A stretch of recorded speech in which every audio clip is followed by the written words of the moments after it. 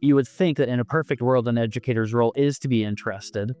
And we know that it's not a perfect world, and that maybe I present you an idea about something and you might go, that has nothing to do with what we're talking about. And I'm not going to be interested in that because because it doesn't fit with maybe our curriculum, and it doesn't fit with, the higher, you know, schedule that we have for the class, um, or just time constraints. And so it's almost like in an ideal world, that was supposed to be an educator's role, was supposed to be that space of like, you're interested in learning about this.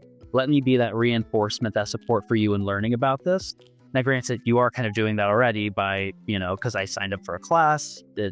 Anyway, I'm going down that rabbit hole. But there are limits to that. And I think even before professors and before teachers, right, if I was doing self-study stuff, prior to the internet, I would go to a library.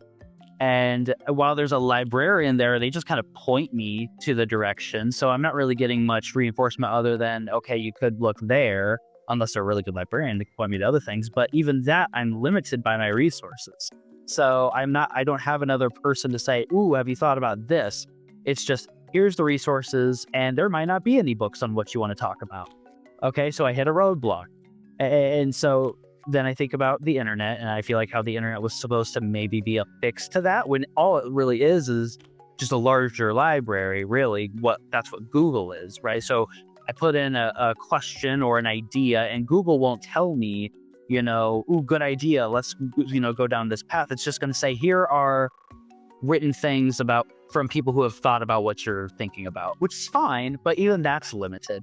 And so I think that it gives a good idea of kind of that difference between a knowledge database and what actual, like, artificial intelligence is.